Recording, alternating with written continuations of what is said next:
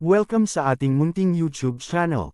Please support my videos. Comment, like and subscribe po mga idolo. Maraming salamat po. Story present. Super Devo Uling System. Kabanata 601. Empty God Realm. Samantala, sa lupa, ang hatol ng dragon. Ang hatol ng dragon. Ang hatol ng dragon. Ginamit ni Yezuan ang kanyang dragon slaying skill para atakihin ang Black Celestial Dragon. Bagamat kaya niyang iwasan ang mga pag-atake ng Black Celestial Dragon gamit ang Martial Dragon Body Technique, hindi sapat ang lakas ng kanyang mga pag-atake para masira ang depensa ng Black Celestial Dragon. Ding! Tumaas ang proficiency ng Martial Dragon Body Technique. Ito ay kasalukuyang nasa 60%. F***sec, ano ang silbi ng pagtaas ng kasanayan ngayon? Si Yezuan ay walang magawa. Ang Black Celestial Dragon ay hindi kasing bilis niya. Ang pagtaas ng kahusayan ng Martial Dragon Body Technique ay hindi makakatulong. Kung magpapatuloy ito at mapatay ng Shifter's Tribe ang isa sa mga Elder, agad na magbabago ang sitwasyon. Siya ay magiging patay na karne kung gayon. Whatever, I'll fight another 30 rounds. Kapag hindi natuloy, tatakas agad ako. Gumawa ng plano si Yezuan sa kanyang isipan. Boom! Boom! Boom! Ang mga pag-atake ni Yezuan ay patuloy na dumapo sa Black Celestial Dragon. Mabagal na lumipas ang oras. 10 round, 20 round, 30 round, mukhang aalis na si Yezuan. Wala akong pakialam. Bagamat miyembro ako ng Warlord Palace, wala na akong maitutulong ngayon. Retreat. Gumawa ng desisyon si Yezuan sa kanyang isip. Ipaglalaban lang niya ang buhay niya kapag nasa dulo na siya ng talino.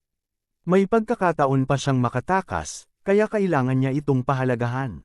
Kung may namatay mamaya, hindi siya makakatakas.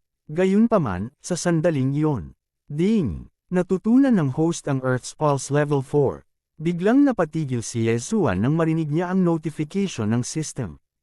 Ano? Ang Earth's Pulse Level 2 ay umunlad sa Level 4. Haha! Nagulat si Yezuan kaya hindi niya napigil ang matawa. Ang tagumpay na ito ay dumating sa tamang panahon. Isa kang virtual god beast, tama. Ngayon, bugbugin kita hanggang mamatay. Biglang nakaramdam ng tiwala si Yezuan at agad na tumalikod para umatake gamit ang paghuhukom ng dragon. Dati, isinama ng Dragon's Judgment ang Earth's Pulse Level 2. Ang pag-atake nito ay hindi makalusot sa kaliskis ng Black Celestial Dragon. Ngunit sa pagkakataong ito, ang paghuhukom ng dragon ay sumanib sa 4 sa tumibok na pulso ng mundo. Ang tumibok na pulso ng mundo ng 4 na layered waves ay magdudulot ng 4 na panginginig ng boses sa pagtama. Ito ay ilang beses na mas malakas kaysa sa 2 magkasunod na alon ng tumibok na pulso ng mundo ng 2 layered waves. Maaaring hindi niya ito magagawa noong nakaraan, ngunit tiyak na magagawa niya ito ngayon. Bang! Nang ang paghuhukom ng dragon, na nilagyan ng 4 na layer ng Pulse of the Earth, ay dumapo sa Black Sky Dragon, isang malutong na tunog ang umalangaw-ngaw. Ito ang tunog ng pagkabasag ng kaliskis ng Black Heavenly Dragon. Tagumpay! Haha, Virtual God Realm, nandito na ako. Lumakas ang aura ni Yezuan habang ang kanyang itim na mga mata ay nakalok sa Black Heavenly Dragon. Sa isang kisap mata, nagpadala siya ng ilang dragon's rulings. Kotcha! Kotcha, kotcha, isang serye ng malulutong at malinaw na tunog ang umalangaw-ngaw. Sa wakas ay nasugatan ng Black Celestial Dragon. Umuungol ito at sumugod patungo kay Yezuan. Gayunpaman, ang pamamaraan ng paggalaw ni Yezuan ay kahanga-hanga. Kasabay ng pagsulong ng kanyang liksi, hindi nito kayang saktan si Yezuan. Bukod dito, pagkatapos na ang tumibok na pulso ng mundo ay umunlad sa 4 na layer, tumaas din ang depensa ng Pulsating Guard. Sa makatuwid, ang banta ng Black Sky Dragon na ito ay lubos na nabawasan.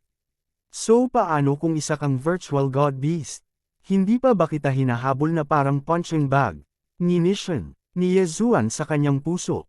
Umaasa sa kanyang pambihirang bilis at malakas na lakas ng pag-atake, direktang itinutok ni Yezuan ang ulo ng Black Sky Dragon. Ang Black Sky Dragon ay natulala sa tumibok na pulse ng mundo, at ang bilis nito ay nabawasan. Ito ay walang magawa. Sino ang mag-aakala na si Yezuan ay makakalusot sa sandaling ito?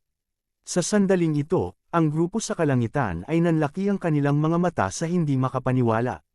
Dati, hindi makalusot si Yezuan sa depensa ng Black Sky Dragon.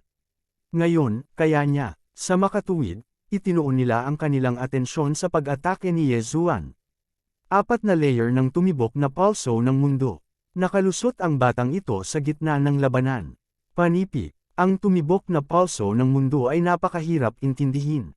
Ilang taon na ang batang ito. Paano niya naintindihan ang 4 na layer? Kung naintindihan niya ang 8 layers, ang kanyang kapangyarihan ay magiging napakalakas na kaya niya tayong patayin kaagad. Laking gulat ng mga eksperto. Ang isa sa kanila ay namumula ang mata. Iyon ay ang Deputy Palace Master. Dati, nang makita niya ang lalaking may katanghaliang gulang na pula ang kilay sa kailaliman ng sub-palace, siya at ang Great Elder ay nag-show. Pagkatapos, ginamit niya ang Earthwalking skill para umalis. Gayunpaman, ang Earthwalking skill ay ang ultimacy na naintindihan niya noong siya ay nasa tuktok ng Spirit Stage. Dahil doon, nakalusot siya sa Empty God Stage. Hanggang ngayon, ilang dekada na ang nakalipas.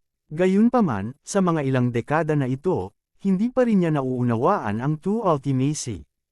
Kaya naman nagseselos siya, naiinggit siya na naiintindihan ni Yezuan ang napakalakas na ultimacy. Itong batang ito, ang mga mata ng Deputy Palace Master ay kumikislap. Ang kanyang mga mata ay puno ng pagpatay na layunin. Gayunpaman, tulad ng kanyang nararamdamang galit, nagkaroon ng pagbabago sa labanan sa lupa. Flop. Ang Black Celestial Dragon ay patuloy na tinamaan ni Yezuan. Ang patuloy na pag-alog ay naging sanhi ng hindi na makayanan ng ulo nito ang impact at ito ay nawalan ng malay. Ang malaking katawan nito ay bumagsak sa lupa na parang tupa na naghihintay na katayin. Hayaan mong ihatid kita sa iyong paglalakbay. Biglang lumusot si Yezuan sa kalangitan. Ang kamalayan ng Black Celestial Dragon ay nasa kawalan ng ulirat. Nararamdaman pa rin ito ang mga galaw sa paligid, ngunit hindi makasabay ang katawan nito sa ritmo. Ngayon lang, nakaiwas ito sa pag-atake. Ngayong hindi na ito makagalaw, ang naghihintay dito ay kamatayan. Ang hatol ng dragon. Ang hatol ng dragon. Ang hatol ng dragon. Ipinagpatuloy ni Yezuan ang pagwawagayway ng paghuhukom ng dragon habang ang paghuhukom ng dragon ay damapo sa ulo ng dragon. 12 ng mga paghuhukom ng dragon ang damapo sa Black Celestial Dragon, na naging dahilan upang hindi na ito makilala. Kotsa, biglang isang malutong na tunog ang narinig. Sa pagkakataong ito, hindi ang tunog ng pagkabasag ng kaliskis ng dragon, kundi pagkabasag ng mga buto ng dragon. Nagpumiglas ang katawan ng Black Celestial Dragon, ngunit sa kasamaang palad, huli na ang lahat. Matapos pasabugan ni Yezuan ang higit sa 70 paghuhukom ng dragon, ang ulo ng Black Celestial Dragon ay sumabog. Sa pagsabog ng ulo nito, kahit isang Void God Beast ay mamamatay. Ang Black Celestial Dragon ay patay na. Agad na lumipad si Yezuan sa lupa at hinintay na mamatay ang Black Celestial Dragon. Pagkatapos, direktang nilamon niya ang bangkay ng Black Celestial Dragon. Ding, tumaas ang conversion ng Earth attribute ng host. Sa kasalukuyan, ito ay nasa 100 puntos. Ding, naintindihan ng host ang malalim at nasira sa Void God Realm. Sa kasalukuyan, ang Void Transformation level ay nasa 1 point. Dalawang magkasunod na notification ang tumunog. Nang tumunog ang mga notification, ang katangian ng Earth na Divine Soul sa loob ng katawan ni Yezuan ay lumabo. Sa ngayon, ang lahat ng True Energy sa loob ng kanyang katawan ay na-convert sa Earth attribute na True Energy, at ang lakas nito ay tumaas ng mabilis. Kapag ang isang Divine Core Warrior ay pumasok sa Strength Realm, sisirain niya ang core at bubuuan ang soul. Sa ngayon, ang kanyang Divine Soul ay sa wakas ay nakalusot na sa Void God Realm. Nalampasan ni Yezuan ang rurok ng Spirit Realm at nakapasok sa Void God Realm. Ang kanyang True Energy ay ilang beses na mas malakas kaysa sa isang Peak Spirit Realm Warrior. Haha, hindi napigilan ni Yezuan na tumawa ng malakas. Void God Realm, nakalusot na siya sa Void God Realm. Ding, magsasama ba ang host sa bloodline ng Sword God? Ding, magsasama ba ang host sa bloodline ng Beast God? Kabanata 602. 8 baog na espada. Oo. Si Yezuan ay sumigaw ng oo, ng 3 beses sa kanyang puso. Pagkatapos, ang kanyang katawan ay sumailalim sa isang nakakasira ng lupa na pagbabago. Ang Divine Sword Bloodline ay tumaas ang lahat ng rank ng 10%. Ang Divine Beast Bloodline ay tumaas ang lahat ng rank ng 10%. Ang Divine Tree of Life Bloodline ay tumaas ang lahat ng mga ranggo ng 10%. Sa sandaling ito, hindi na may larawan ni Yezuan ang kanyang lakas sa pamamagitan ng mga salita. Ding! Natutunan ng host ang unang hakbang ng ikatlong antas ng 8 Baron Swordplay 8 Baron Swords. Ding! Natutunan ng host ang ikatlong antas ng 8 Baron Swordplay 8 Baron Gene. Matapos makapasok sa Empty God Realm, napakaraming paraan para mapataas ni Yezuan ang kanyang lakas. Hindi lamang iyon, ang kanyang dalawang Empty God Realm martial arts ay hindi na pinaghihigpitan at maaaring tumaas sa 70%. Gayunpaman, sa parehong oras na nakapasok si Yezuan sa Empty God Realm, may mga nasawi sa labanan sa kalangitan. Ang isang nasugatan na elder ay hindi nakahawak at pinatay ng isang eksperto mula sa Demon Clan. Ang kanyang bangkay ay nahulog mula sa langit. Nakapasok na ang batang iyon sa Empty God Realm. Nagulat ang lahat sa sandaling ito. Isang labanan talaga ang nagbigay daan kay Yezuan na makapasok sa Nihility God Stage. Hindi pwedeng hayaang buhay ang batang iyan. Bilasan mo, patayin mo. Natatakot na sabi ng nakaputing kilay na matanda. Ang pagkamatay ng elder mula sa palasyo ay makakaapekto sa buong sitwasyon. Gayunpaman, ang biglaang tagumpay ni Yezuan ay naging dahilan upang hindi mapalagay ang puting kilay na elder. Sa makatuwid, ang pulang kilay na elder na pumatay sa elder mula sa palasyo ay sumugod kay Yezuan. Anak, ang lakas ng loob mong patayin ang alagad ko. Go to hell. Ang matanda na may pulang kilay ay ang guro ni Sun Xingyu. Siyempre, hindi katumbas ng halaga ni Sun Xingyu ang kanyang galit. Natakot siya sa talento ni Yezuan. Haha, hindi ako natatakot sa iyo ngayon. Tumawa si Yezuan at itinapon ang 8 Baron Swords. Sa susunod na sandali, ang 8 Baron Swords ay nagkapira-piraso at inayos ang kanilang mga sarili sa ilang hanay. Ano? Nagulat ang matanda na may pulang kilay. Sa sandaling ito, ang 8 espada ay biglang naghiwalay ng bakas ng True Chi at ikinonekta sa iba pang 7 espada. Sa susunod na sandali, lumitaw ang isang brownish-yellow energy body sa harap ng lahat. Ito ang 8 Baron Gene. Pumunta ka, naisip ni Yezuan. Pagkatapos, mabilis na lumipad ang 8 Baron Gene. Ang bilis nito ay hindi mas mabagal kaysa sa gene ng matanda na may pulang kilay kaysa sa matanda na may pulang kilay. What the hell is this? Kalat. Hinawakan ng pulang kilay na elder ang green light sword at nilaslas ang 8 Baron Gene. Sabay suntok ng gene. Ang kamao ay Gene Baron. Swords. Bam! Ang Baron Swords gene ay si Gene. Paano ito posible? Nanlaki ang mga mata ng matanda na nakasuot ng pulang damit. Siya ay isang Nihility God Stage ranker, at ang kanyang fire attribute ay umabot na sa 10%. Gayunpaman, ang kanyang pag-atake ay talagang nawasak ng isang bagay mula sa Zenchi ni Yezuan. Ito ay talagang masyadong walang pigil. Ang pinakamahalaga, ang kanyang fire attribute ay nakapagpigil pa rin sa earth attribute ni Yezuan. Napakalakas. Ito ba ang ikatlong layer ng 8 Desolate Wind Formation? Nagulat din si Yezuan. Gayunpaman, nakikita niya na ang 8 Desolation Giant Spirit ay gumamit ng matalim na talam upang harangan ang suntok.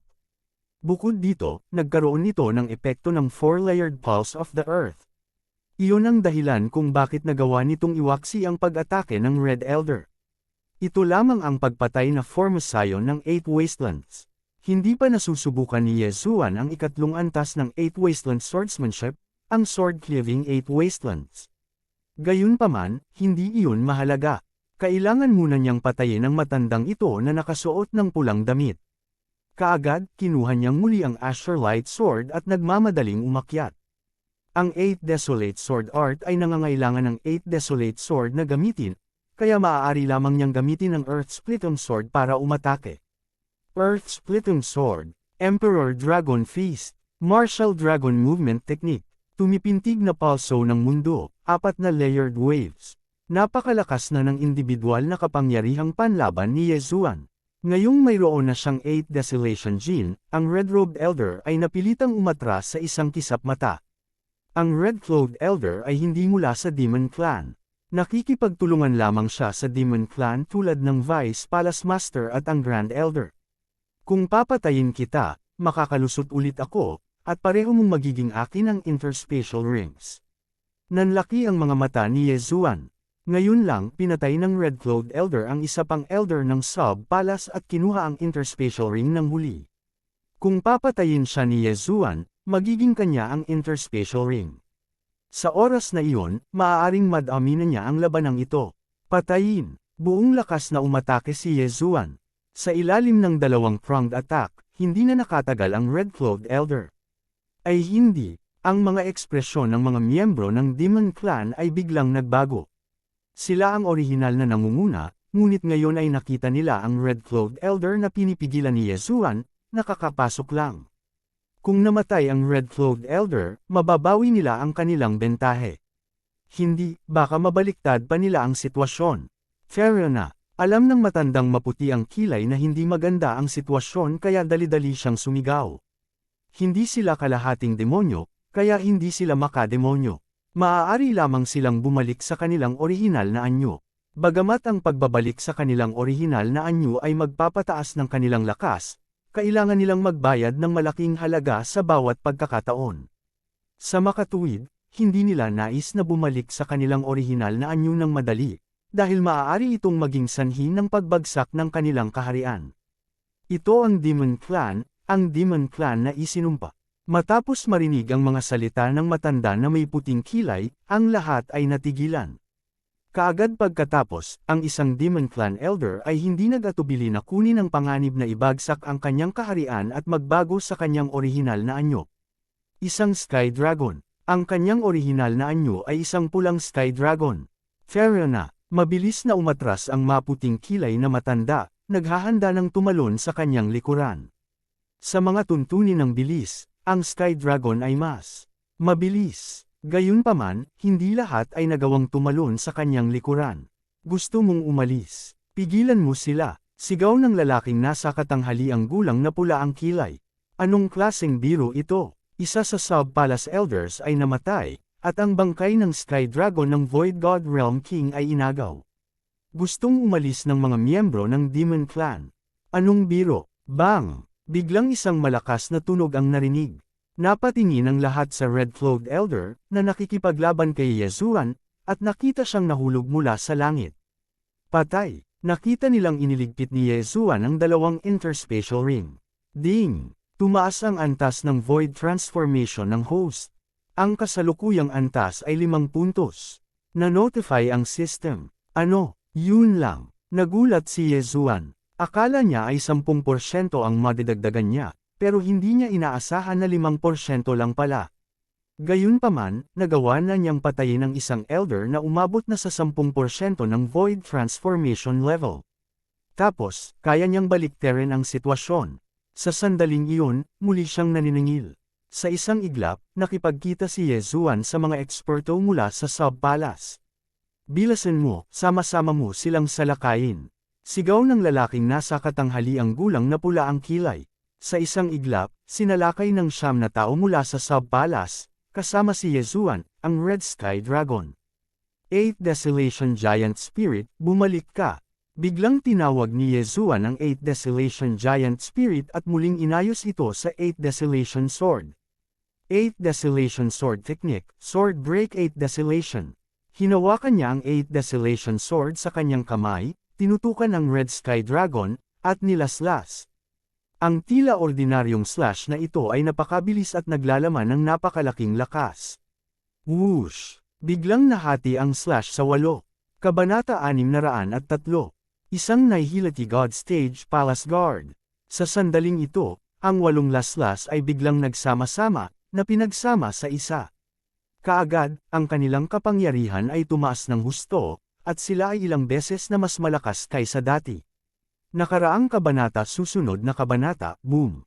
Ang Sword Break ang 8 Desolation na ito ay damapo sa katawan ng Red Sky Dragon. Ang Demon Clan expert na ito, na umabot na ng 10 puntos sa Void Transformation Stage, ay agad na tinusok ng malaking butas. Ano? Nagulat ang lahat. Pinatay ni Yezuan ang Red-Clothed Elder. Ito ay talagang wala, ngunit ang Demon Clan expert na ito ay nagbago na sa kanyang orihinal na anyo. Gayunpaman, tinusok pa rin siya ng pag-atake ni Yezuan. Kailangang malaman ng isa na ngayon lang, walang nagawa si Yezuan sa Void God Beast na iyon nakatatapos lang pumasok. Sa loob lamang ng kalahating minuto, bakit napakalaki ng pagkakaiba? Sige, nang makita ito, sumigaw din ng malakas ang Branch Palace Master. Gayunpaman, sa susunod na sandali, ang maputing kilay na matandang lalaki ay nagbago rin sa kanyang orihinal na anyo, at isa pang Red Sky Dragon ang lumitaw. Ang kanyang lakas ay mas malakas kaysa sa Red Sky Dragon na tinusok ni Yezuan. Iniunat niya ang kanyang mga kuko at hinawakan ang ilang matatandang tao, naghahanda na kunin sila. Huwag mo nang isipin ang pagtakas. Pinakondense ng Branch Palace Master ang kanyang innate chi at biglang itinutok ang kanyang espada sa katawan ng matanda na may puting kilay. Whoosh! Ang nag-aalab na liwanag ng espada ay agad na tumagos sa katawan ng matanda na may puting kilay, na naging sanhi ng panginginig ng kanyang katawan. Gayunpaman, ang bilis ng matanda na may puting kilay ay napakabilis, at agad siyang humiwalay. Para naman sa lalaking nasa katanghaliang gulang na pula ang kilay, hindi niya alam ang Earth Movement Technique, kaya nanunood lang siya habang umaalis ang grupo ng Demon Clan. Umuungol, ang Red Sky Dragon na inabandona ng Demon Clan expert ay umungal at inatake si Yezuan. How dare you? Galit na galit ang natitirang matatanda. Sabay silang sumalakay at napatay siya sa isang iglap. Noong una, ang mga matatanda ng palasyo ng sangay ay gustong panatilihin siyang buhay at tanungin siya ng ilang mga katanungan. Sa kasamaang palad, bigla niyang gustong salakayin si Yezuan. Ang natitirang mga elder ay natakot na si Yezuan ay masugitan, kaya sabay-sabay silang sumalakay at pinatay siya kaagad. Buntong hininga, wala na ang mga pahiwatig. Nang makita ng Branch Palace Master ang nahulog na Red Sky Dragon, wala siyang magawa sa kanyang puso. Ang maputing kilay na matanda ay hindi nag-atubili na ipagsapalaran ang pagbagsak ng kanyang kaharian at mag-transform sa kanyang orihinal na anyo. Napakabilis ng kanyang bilis na kahit siya ay hindi niya naabutan. Sa ganitong paraan, hindi na babalik ang bangkay ng Sky Dragon. Palace Master, ano ang gagawin natin ngayon? Lumapit ang isang matanda at nagtanong. Ang mga bangkay ng Hollow God Realm Sky Dragon ay naagaw na. Kung pupunuin nila ang mga ito sa kalahating hayop na puso, kahit na hindi sila makalusot sa Hollow God Realm, mapapalaki pa rin ito ng husto ang kanilang pangangatawan. Sa oras na iyon, natatakot ako na walang sinuman sa ating sub-palace ang makakapigil sa kanila. Tumingin ang pulang kilay na nasa katanghaliang gulang na lalaki sa direksyon kung saan umalis ang dalubhasa sa Monster Clan. Huminto siya at sinabing, gayunpaman, ang bagay na ito ay hindi napakadaling pinuhin. Kung ganoon, habulin ba natin o ipagtanggol? Stop chasing. You won't be catch up unless I have world walking. Umiling ang pulang kilay na nasa katanghaliang gulang na lalaki, pagkatapos ay lumingon kay Yezuan at sinabing, salamat sa iyo, kapatid. Maaari ko bang tanungin kung sino ka? Hall Master, miyembro din si Yezuan ng Battle King Palace natin. Naintindihan niya ang profound noong nasa spirit stage siya. Ilang araw lang siyang naging palace guard, paalala ng isang elder. Ano? Nagtaas ng kilay ang lalaking nasa katanghaliang gulang na may pulang kilay at sinabing, isang gwardya ng palasyo ng Void God Realm. Wala ring magawa ang mga elder. Naalala nila na sa nakaraang pagtatasa ni Yezuan, 50–60% lang ng kanyang mga katangian ang na-convert niya. Gayunpaman, sa maikling panahon, si Yezuan ay nakalusot na sa Void God Realm. Higit pa rito, napatay niya ang isang makapangyarihang Void God Realm Elder. Ang bilis ng paglago na ito ay sadyang lumalaban sa langit. Kinaikit ng lalaking nasa katanghaliang gulang ang pulang kilay at tumingin kay Yezuan saglit. He then said, sa ngayon, walang laman ang sub-palace natin. Iilan na lang tayo. Kayong dalawa, dali-dali kayong mag-empake ng mga gamit nyo. Oo, Hall Master. Dalawa sa mga elder ang mabilis na sumugod sa sub-palace. Yezuan, panatilihin itong Sky Dragon Corpse. Ang Chen Kun Ring ay dapat nasa bibig nito, sabi ng lalaking nasa katanghaliang gulang na pula ang kilay kay Yezuan. Nang marinig ito, nagliwanag ang mga mata ni Yezuan. Ang bangkay na ito ay ibinigay din sa kanya. Salamat, Hall Master. Mabilis siyang pinasalamatan ni Yezuan. Pagkatapos ay nagmamadali siyang bumaba para hanapin ang Chen Kun Ring at iniligpit ang Sky Dragon Corpse. Ding! Tumaas ang antas ng Void Transformation ng host. Ito ay kasalukuyang nasa 7 puntos. Medyo tumaas ng kaunti ang kanyang cultivation level. Gayunpaman, hindi siya naglakas loob na ilantad ang kanyang sarili. Mabilis niyang pinigilan ang kanyang aura. 1 segundo pa lang, at tumaas na ang kanyang cultivation level. Siguradong pagdududahan siya. Sa sandaling ito, ang lalaking nasa katanghaliang gulang na may pulang kilay ay biglang nag-activate ng Guardian Formation at pagkatapos ay pinapasok si Yezuan at ang iba pa. Sundan mo ako, huwag kang tatakbo. Matapos magsalita ang lalaking nasa katanghaliang gulang na pula ang kilay, nagmamadali siyang pumunta sa pinakamalalim na bahagi ng Sub-Palace. Dati, naglilinang siya sa Sub-Palace. Walang nakakaalam dahil silang tatlo lang ang nakakaalam ng secret passage. Sumugod siya sa lugar kung saan siya nagsasaka at laking gulat niya. Naroon pa rin ang Sky Dragon Corpse ng Void God Realm King. Ito ay, nagliwanag ang mga mata ni Yezuan. Ito ba ang katawan ng Sky Dragon na nasa Void God Realm? Sa isang iglap, lahat ng dugo sa kanyang katawan ay nagsimulang kumulo. Sa sandaling ito, talagang gusto niyang sumugod at panatilihin ang bangkay. Kung lalamunan niya ang bangkay na ito, natatakot siya na agad siyang pumailang-lang ng 12 ng antas. Gayunpaman, maraming mga eksperto sa paligid niya. Kung maglakas loob siyang kumilos ng padalos-dalos, baka mapatay siya kaagad. Hindi ito iningatan ng dakilang elder. Don't tell me hindi hinahabol ng Demon Clan ang bangkay ng Sky Dragon. Panipi. Nagtatakang tanong ng isang matanda. Hindi. Umiling ang pulang kilay na nasa katanghaliang gulang na lalaki at saka sumugod. Nagtipo ng mga mata ng lahat at nalaman na ang tiyan ng Sky Dragon Corpse ay nahiwa na. Sure enough, the heart is gone. Mukhang hindi iningatan ng Great Elder ang buong bangkay dahil sa edad niya. Bumantong hininga ang lalaking nasa katanghaliang gulang na may pulang kilay at pinanatili ang Sky Dragon Corpse. Kung alam niyang mangyayari ito, iniingatan niya ang bangkay at hinabol ang Deputy Palace Master. Ayos lang kung puso lang. Nakahinga ng maluwag ang isang elder. Tama, buo pa rin ang bangkay. Ang mga taong may fire attribute ay maaari pang magtanim dito. Tumango ang lalaking nasa katanghaliang gulang na pula ang kilay. Maya-maya pa ay mabilis na lumabas ang iilan sa kanila. Iniligpit din ng dalawang matanda ang mga gamit at ibinigay sa lalaking nasa katanghaliang gulang na pula ang kilay. Palace Master, pupunta ba tayo sa main palace? Tanong ng isang elder. Hindi. Umiling ang pulang kilay na nasa katanghaliang gulang na lalaki. Bigla siyang naglabas ng isang papel at sinabing, tingnan mo ito. Nagtipo ng mga mata ng lahat sa papel. Sa sumunod na sandali, nagbago ang kanilang mga mukha. Mayroon lamang isang lugar sa piraso ng papel, Mount Cheng. Maaaring ito ay ang dakilang elder. Tama, natagpuan ko ito sa Sky Dragon Corpse. Dapat ay ang Great Elder ang umalis dito. Tumango ang lalaking nasa katanghaliang gulang na pula ang kilay. Nag-iwan sa atin ng clue ang Great Elder.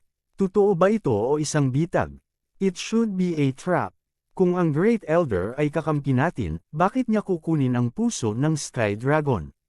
Kahit na ito ay isang gawa, maaari niyang ibalik ang sitwasyon kung nakipagsanib puwersa siya sa Palace Master. Panipi. Oo, ito ay dapat na isang bitag. Ang mga matatanda ay nag-uusap sa kanilang sarili. Hindi sinabi ni Yueluo na mag-a-update siya nitong ilang araw, pero nakita kong maraming readers ang nag-uudyok sa akin, kaya overnight akong nag-a-update. Kasama ang mga nakaraang pasabog na update, ang kabuuang bilang ng mga update ay lumampas sa 200. Sobrang nakakapagod. Hindi kinaya ng katawan ni Yueluo. Ito ay tulad ng isang 20 oras na klase ng wika. Siya ay pisikal at mental na pagod. Ang kanyang katawan ang kanyang kapital. Ngayon ang huling araw ng pag-update. Mula ngayon, mag-a-update siya ng hindi bababa sa 3 kabanata araw-araw. Kapag nagkaroon siya ng oras, maglalabas siya ng higit pang mga kabanata. Kabanata 604. Patungo sa main palace. Oo, maaaring ito ay isang bitag. Gayunpaman, maaaring ang Great Elder ay gumagamit ng Beast Clan. Gusto niyang gamitin ang Beast Clan para makuha ang kalahating hayop na puso na pino mula sa puso ng Sky Dragon, sabi ng lalaking nasa katanghaliang gulang na pula ang kilay. Magmonopolyo. Agad namang nag-react ang lahat. Gayunpaman, kapag naisip nila ito ay talagang isang posibilidad. O tama, gaano katagal na wala si Lord Yegu? Biglang tanong ng lalaking nasa katanghaliang gulang na pula ang kilay. Kakaalis lang niya kahapon. Sagot ng isang matanda. Paano ang tatlo pang matanda? Tanong muli ng lalaking nasa katanghaliang gulang na pula ang kilay. Yung ibang regions, winasak na ng mga half-beast. Kakaalis lang nila. Hindi ko alam kung kailan sila babalik. Ang lalaking nasa katanghaliang gulang na pula ang kilay ay bumhantong hininga at sinabi, Yezuan, mas mabuti kung hindi ka masangkot dito. Elder Wu, dalhin siya sa pangunahing palasyo. Kung nakita mo si Lord Yegu sa daan, humingi ng tulong sa kanya. Panipi, Palace Master, ikaw ay, nakasimangot si Elder Wu at nagtanong. Kung hihintayin natin ang mga eksperto mula sa main palace, aalis na sila. Kaya, kailangan nating pumunta at tingnan. Kahit na ito ay isang bitag, kailangan nating pumunta. Kinusot-kusot ng lalaking nasa katanghaliang gulang ang pulang kilay at sinabing. Pagkatapos ng lahat, siya ang Palace Master ng Sub-Palace. Sa pagkakataong ito, sila na lang ang natitira sa Sub-Palace. Paanong hindi sila makakapaghiganti dito? Palace Master, pupunta rin ako, biglang sabi ni Yezuan. Hindi, sumama ka kay Elder Wu sa pangunahing palasyo. Kung maaari, hilingin sa pangunahing palasyo na magpadala ng mga eksperto. Kahit na may problema tayo, kailangan nating hanapin ang puso ng Sky Dragon, direktang pagtanggi ng lalaking nasa katanghaliang gulang na pula ang kilay. Ngunit hindi ako mahina, makakatulong ako, muling sabi ni Yezuan. Ito ay isang magandang pagkakataon. Kung makukuha niya ang bangkay ng Void God Realm King, makakalusot siya ng husto. Hindi na kailangan. Namatay ang isa sa mga eksperto ng Beast Clan at ang isa sa kanila ay nag-transform sa kanyang orihinal na anyo. Kung ganoon nga, sapat na ako para harapin sila. Hindi ka namin kailangan. Elder Wu, walang oras na mawala. Dalhin siya kaagad sa main palace at hanapin si Lord Yegu. Pupunta ako at itatago ang yaman ng Sub-Palace. Kahit na mamatay tayong lahat, hindi natin hahayaang mahulog ang mga bagay sa kanilang mga kamay. Umiling ang lalaking nasa katanghaliang gulang na pula ang kilay at sinabi. Oo, Palace Master. Tumango si Elder Wu at pagkatapos ay tumingin kay Yezuan. Sige, Yezuan Editor, Franson. Dahil hindi pumayag ang Palace Master, hindi siya nakasunod. Sa totoo lang, gusto niya talaga ang bangkay na iyon. Hanggat ibinigay ito sa kanya, lilipulin niya ang lahat ng Demon Clan. Sa kasamaang palad, hindi niya maihayag ang sistema ng paglamon. Kung tutuusin, napakarami na niyang na-encounter. Paano kung may makaalam ng kanyang sikreto at nagtangkang nakawin ang kanyang katawan? Sa ngayon, 2 beses na niya itong na-encounter. Ang unang pagkakataon ay nasa Shattering Cloud Sect, nang ang kanyang amo ay gustong nakawin ang kanyang katawan. Ang pangalawang pagkakataon ay sa Heavenly Wolf Island. Sinapian ng Demon Lord ang kanyang katawan at sinubukang burahin ang kanyang kalooban. Kaya naman, kinailangan niyang maging maingat. Sa huli, nagpasya si Yezuan na sundan si Elder Wu sa pangunahing bulwagan. Transen ay transen bilang transen. Kaagad, umalis sila patungo sa pangunahing palasyo. Yezuan, ang iyong talento ang pinakamahusay na nakita ko. Ilang taon ka na ngayong taon? Transen. 21 na ako. Iniulat ni Yezuan ang kanyang edad. Noon, natatakot siyang matuklasan ang kanyang sikreto, kaya madalas siyang magsinungaling tungkol sa kanyang edad. Pero ngayon, marami na siyang nakitang henyo. Ang edad ay wala. Pagkatapos ng lahat, si Jiang Tianjin ay hindi ganoon katanda. Kamangha-mangha, 3 beses na ang edad ko sa iyo, ngunit ang lakas ko ay katulad ng sa iyo. I've been living like a dog all these years. Nahihiyang sabi ni Elder Wu. Napangiti si Yezuan ng alanganin at hindi na nagsalita pa. Sa sandaling ito, kalahating araw na silang naglakbay at malayo na sila sa Sub-Palace. Ngunit hindi nila alam na may mga taong tumatambangan sa harapan nila. Hey, parating na sila. Tama ang balita. Pupunta sila sa main palace. Ang yabang. Isang elder lang ang nag-escort sa kanila. Naintindihan niya ang ultimacy sa spirit realm at nakapasok sa empty god realm sa napakaikling panahon. Hindi natin siya papayagang bumalik sa Warlord Palace. Nakapasok na ang Ice Goddess at ang Fire Emperor sa Nihility God Realm. Itinago ng Warlord Palace ang kanilang mga sarili. Nabalitaan ko na ang tatlong Warlord Palaces ay bubuo ng isang team para pumasok sa ilang. Mahusay, sirain natin silang lahat. Ang dalawang magkapatid na ito ay sapat na para sa amin. Ngayon na may isa pa, hindi namin sila maaaring iwanan ng mag-isa. Kung hahayaan natin silang lumaki, magiging isa na naman silang Void God Realm King sa hinaharap. Patayin natin siya habang nakalusot lang siya. Ang tatlong taong nagtatago sa ulap ay nag-uusap sa mahinang boses. Sa sandaling ito, papunta sa kanilang direksyon sina Yezuan at Elder Wu. Tama na, patayin. Agad na nagsi-charge ang tatlo. Matapos maramdaman ng tatlong makapangyarihang aura, huminto sina Yezuan at Elder Wu sa kanilang mga landas. Hindi maganda, may ambush. Nagbago ang ekspresyon ni Elder Wu. Nag-react din si Yezuan. Gayunpaman, hindi niya maintindihan kung bakit haharangin ng shifter race ang kanilang landas. Half-day pa lang sila umalis. Hindi kaya agad na pinaalam ng matandang may puting kilay ang ibang shifter race na pigilan sila pagkatapos niyang umalis. Mukhang napakalakas ng aking kakayahan na kahit ang shifter race ay natatakot sa akin. Napaisip si Yezuan sa kanyang sarili. Mabilis na bumagsak ang tatlo sa lupa at hinarangan ang landas ni Yezuan at Elder Wu. Galing kayo sa shifter race, right? Hinugot na ni Elder Wu ang kanyang longsword at pinandilatan sila. Tama na yan. Tumawa ang pinuno, isang matipunong lalaki. Paano mo nalaman? After the battle, we started our journey almost immediately, tanong ni Elder Wu na nagtataka. Hehe, huwag na nating pag-usapan ang espesyal na paraan ng komunikasyon ng shifter race. Paano may kukumpara ang pangangatawan ng shifter race sa iyo? Tumawa ang matipunong lalaki. Napangiti din ng isang kalbong lalaki sa likuran at sinabing, tama, iyong Panginoong Yego ay naharang din namin. Bagamat hindi siya namatay, siya ay malubhang nasugatan sa amin. Hindi namin alam kung saan siya nagtatago para gumaling. Matapos marinig ito, nabigla sina Elder Wu at Yezuan. Ang main hall emissary na mas malakas kaysa sa main hall master ay naharang din at matinding nasugatan. Hahawag kang matakot, hindi naman siya nasaktan sa aming tatlo. Wala kaming lakas. Gayunpaman, maaari pa rin naming harapin ang iyong dalawa, nakangiting sabi ng matipunong lalaki. Kayong tatlo lang. Nanlamig ang mga mata ni Elder Wu. Pakiramdam niya ay mas malakas ang tatlo sa kanya. Sa madaling salita, silang tatlo ay may higit sa 10% ng kanilang void transformation level.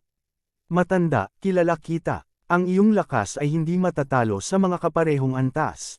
Bagamat 10% lang ang void transformation level, naintindihan mo na ang inextinguishable inferno. Napakahirap pakitunguhan. Napapikit ang matipunong lalaki. Kabanata 605. Pananambang. Malamig na bamantong hininga si Elder Wu. Brat, mas makapangyarihan ka pa.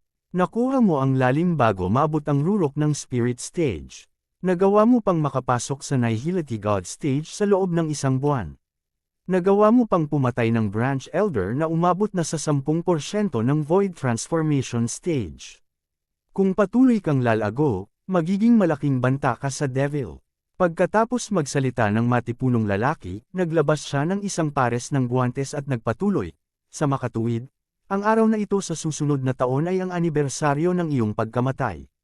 Naunawaan ni Yezuan na ang pares ng guwantes na ito ay dapat na isang void divine weapon. Higit pa rito, ito ay isang void divine weapon na inalagaan ng maraming taon. Katatapos lang niyang makapasok sa Nihility God stage at kasisimula pa lamang niyang alagaan ang bawang sword gamit ang kanyang true chi. Bagamat naubos na niya ang kanyang true chi sa nakalipas na kalahating araw, ilang araw na lang. Sa kabutihang palad, ang bawang sword ay hindi isang low-rank void divine weapon. Ito ay hindi bababa sa isang middle-rank void divine weapon. Baka isa pa itong high-rank Void Divine Weapon. Ye Zuan, pipigilan ko ang dalawa sa kanila habang mabilis mong haharapin ang isa sa kanila. Kung walang ibang paraan, gagamitin ko ang kamatayan ko para pigilan silang tatlo. Mahinang sabi ni Elder Wu. Elder Wu, ikaw, gulat na sabi ni Ye Zuan. Wag mo na sabihin, may trumpo pa ako, mataimtim na sinabi ni Elder Wu.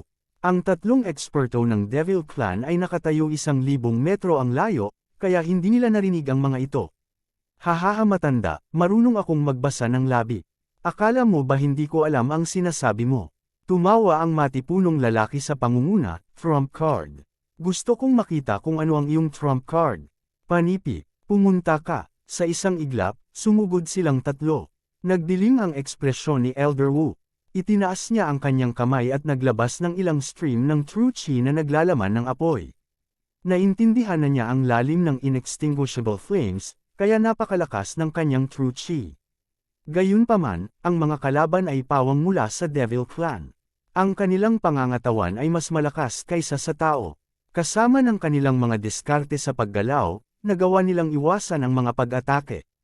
Patayin! Agad na ginamit ni Ye Zuan ang kanyang Demon God transformation at sumalakay gamit ang bawang sword. Isang galaw lang niya ang bawang sword technique na ngayon lang niya natutunan. Tinawag itong sword slash ang bawang. Higit pa rito, wala siyang anumang mga puntos sa kasanayan.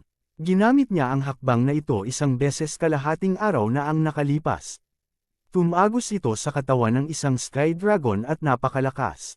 Gayunpaman, ang pagkilos na ito ay naubos ang lahat ng true chi sa kanyang katawan.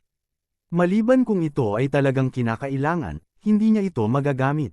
Kung hindi, kung wala ang suporta ng kanyang true chi, hindi niya magagamit ang kanyang diskarte sa paggalaw. Ito ay magiging napakadali para sa mga aksidente na mangyari. Kung gusto niyang manalo sa laban na ito, kailangan niyang gawing pabaya ang kanyang kalaban. Kung tutuusin, hindi pa nakita ng kanyang kalaban ang kanyang tunay na lakas. Sa isang iglap, nakipag-ugnayan si Elder Wu sa 2 pang demonyo. Para sa huling miyembro ng Demon Clan, patuloy din siyang nagpapadala ng naglalagablab na sword kiss sa kanya. Kinalaban ng fire element ang kanyang earth element, na naging sanhi ng pagdilim ng kanyang ekspresyon. Pulse Guard 4th level. Nagmadali siyang gamitin ang kanyang kapangyarihan na si Upanishad upang madagdagan ang kanyang kaligtasan. What a brat! You really have the 4th fold of the Throbang. Pulse of the world. 2 beses ka nang nag-transform sa murang edad. Hindi ako papayag na mabuhay ka. Ang kalaban ni Ye Zuan ay ang lalaking kalbo. Hindi niya maiwasang isipin ang sarili nang makita niya ang mga pagbabago sa paligid ni Ye Zuan. Gayunpaman, ang kanyang mga pag-atake ay maaaring makalusot sa ika-4 na layer ng Pulse Guard. Duwag muna. Sa sandaling ito, patuloy na pinapaalala ni Ye Zuan ang kanyang sarili sa kanyang puso. Sa kabilang panig, nag-iisang pinipigilan ni Elder Wu ang 2 demonyo ng mas mataas na kaharian kaysa sa kanya.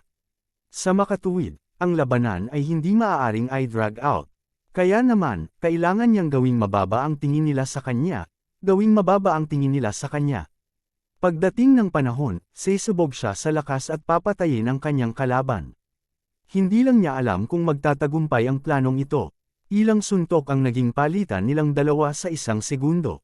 Gayunpaman, ang ikinagulat ng kalbong lalaki ay si Ye Zuan ay hindi kasing lakas ng kanyang narinig. Ito ba ay isang disguise, o ang impormasyon ay hindi tumpak?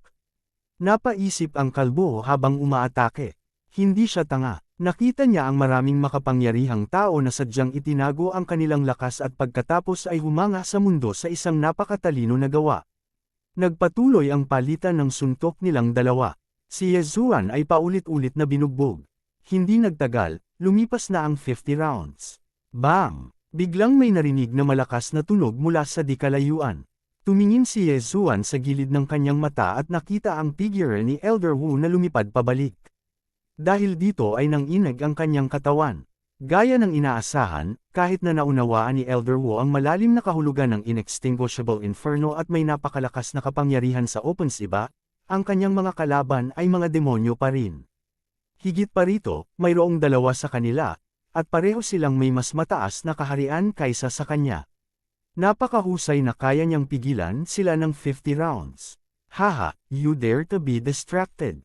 Die, you brat. Mahigpit na hinawakan ng kalbong lalaki ang kanyang mahabang espada gamit ang dalawang kamay at marahas na tinaga sa ulo ni Yezuan. Iniwasan ni Yezuan ang hampas na may malungkot na ekspresyon. Hindi, dapat sabihin na umiwas siya sa isang mahalagang punto.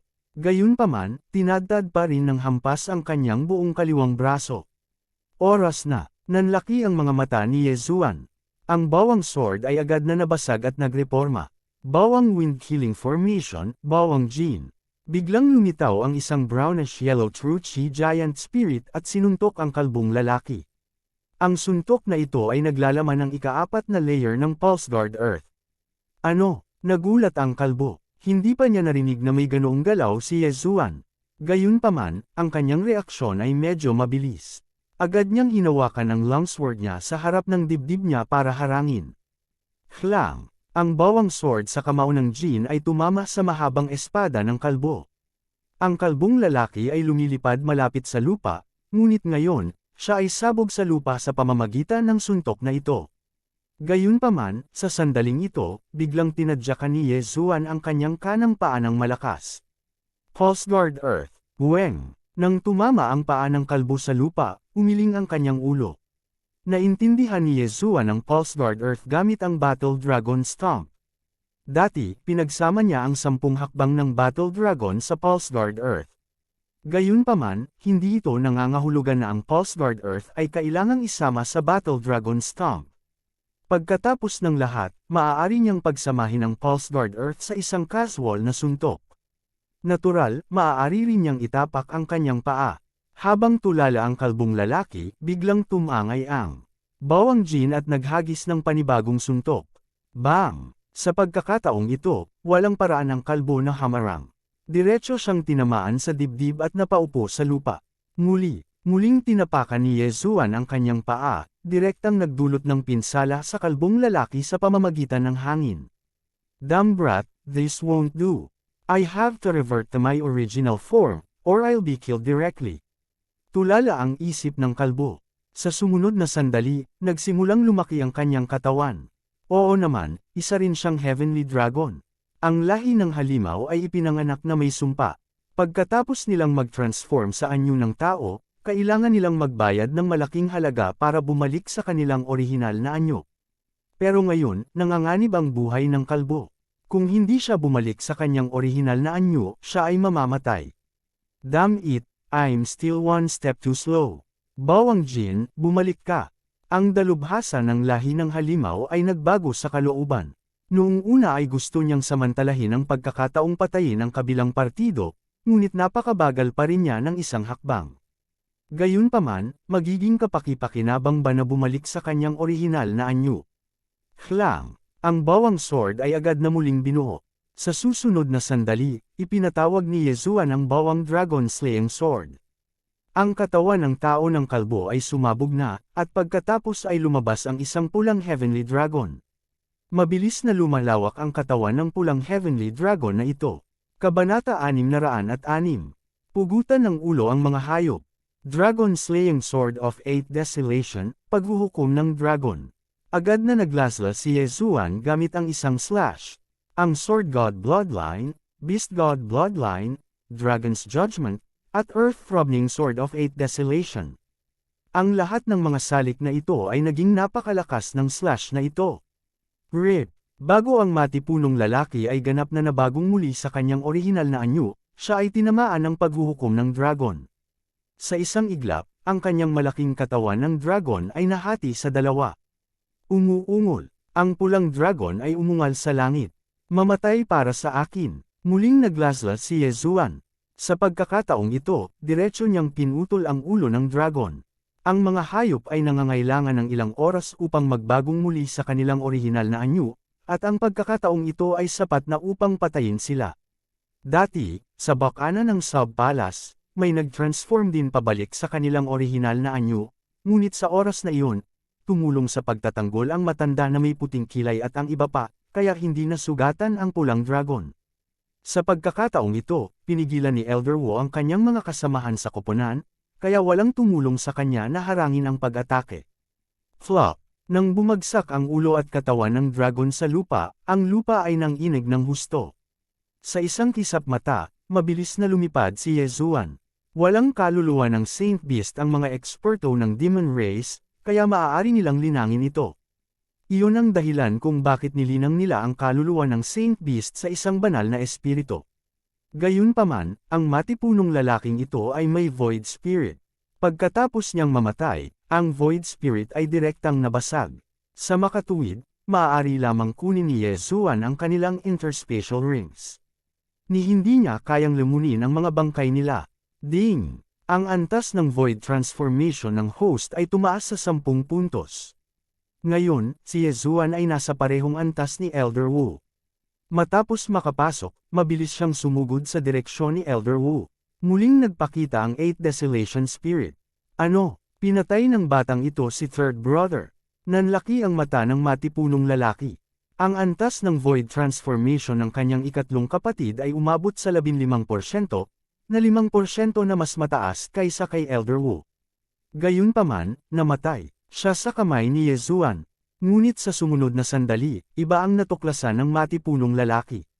Ang naputol na braso ni Yezuan ay lumaki.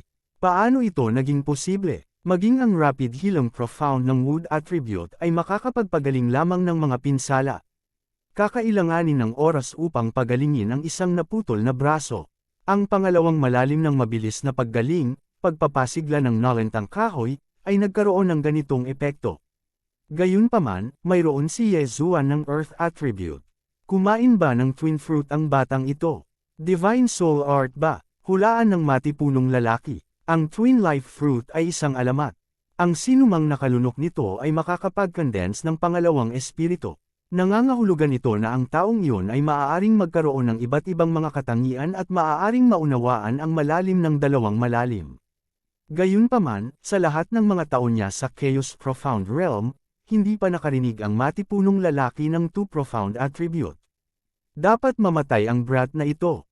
Nagpa siya ang matipunong lalaki. Yezuan, kahit mamatay siya, mamamatay siya mo. Zuan is Amer. Sa sandaling ito, pinangunahan na ni Yezuan ang 8 Desolation Giant Spirit. Hinawakan niya ang Azure Light Sword sa kanyang kamay at inatake ang matipunong lalaki. Ngayon, 3 laban sa 2. Elder Wu, kumusta ang iyong mga sugat? Nagmamadaling tanong ni Yezuan. Not bad. I won't die. Let's join hands and kill them. Sigaw ni Elder Wu. May dugo pa sa gilid ng bibig niya. Ang matipunong lalaki at ang ibang tao ay bahagyang mas malakas kaysa sa kalbong lalaki. Kung kahit ang kalbo ay pinatay ni Yezuan, ang lakas ni Yezuan ay magiging banta sa kanila. Kaya naman, nagkatinginan ang matipunong lalaki at ang isa pang lalaki at sabay na nagdesisyon. Transform. Pangalawa kuya, tutulungan kitang pigilan sila. Sigaw ng matipunong lalaki. Sa sandaling ito, ang kanyang pangalawang kapatid ay nagbabago na. Ang kanyang katawan ng tao ay malapit ng sumabog, at isang heavenly dragon ang lumalaki sa laki. Yezuan, pipigilan ko siya. Pumunta ka at patayin ang heavenly dragon na iyon. Sigaw ni Elder Wu, wag mo nang isipin yun. Nagdilim ang mukha ng matipunong lalaki.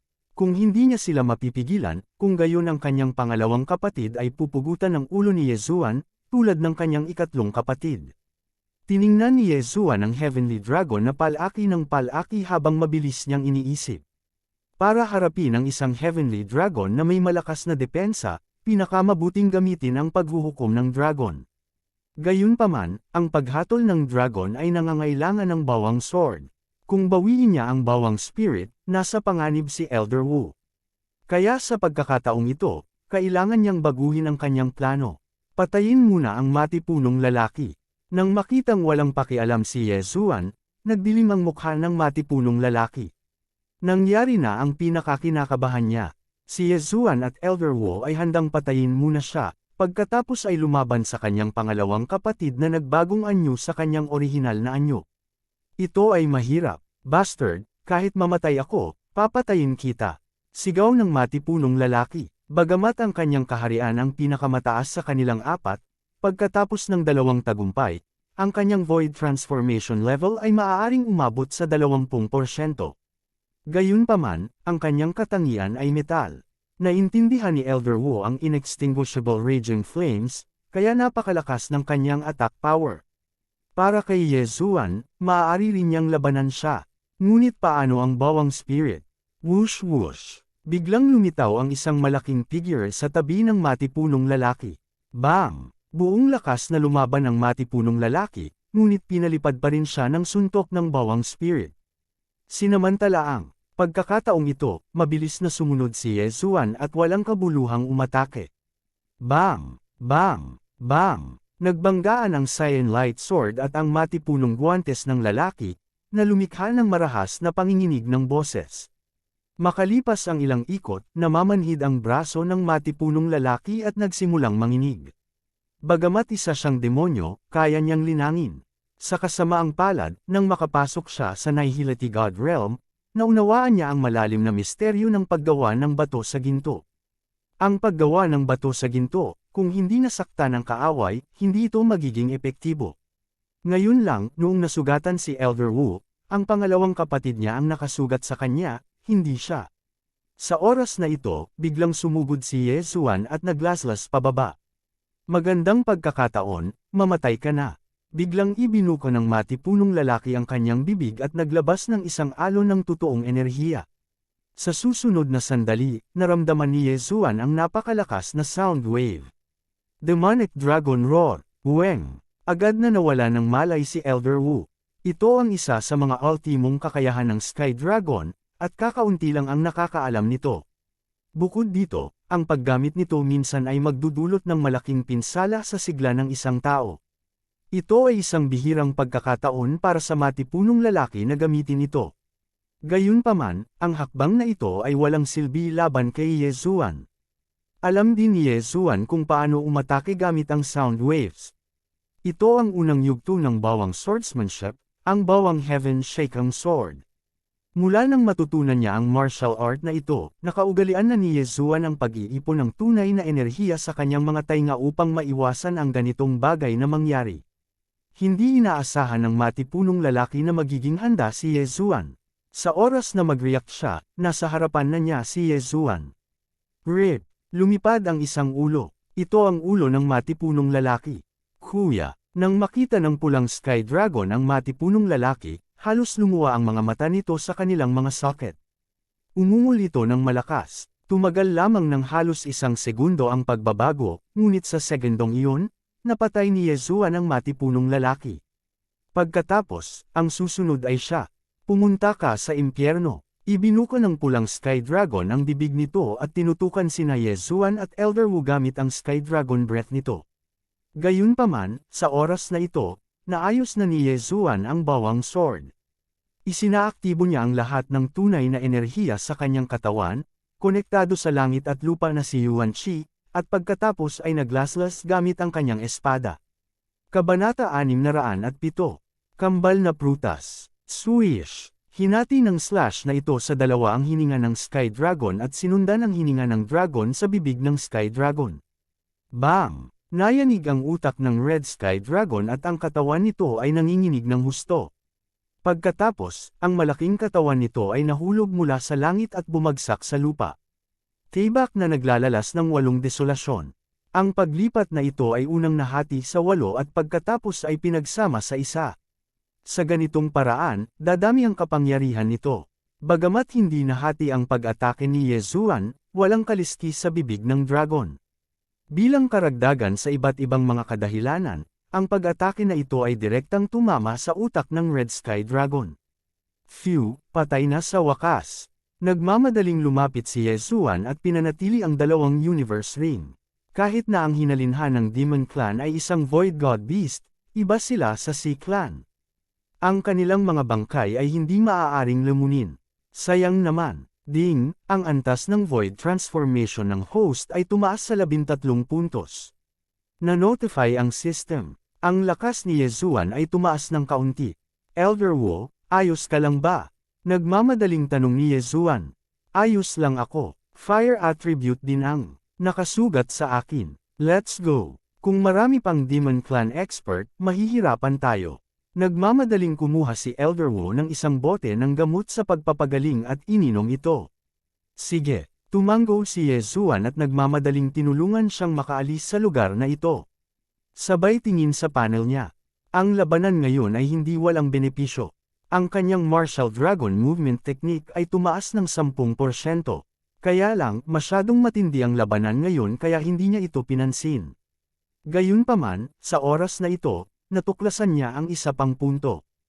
Ang tatlong divine rank bloodlines na pinagsamahan niya ay talagang may bracket sa likod nila, walang bisa. Mukhang ang tatlong divine rank bloodline na ito ay hindi totoong divine rank bloodlines. Napaisip si Yezuan sa kanyang sarili.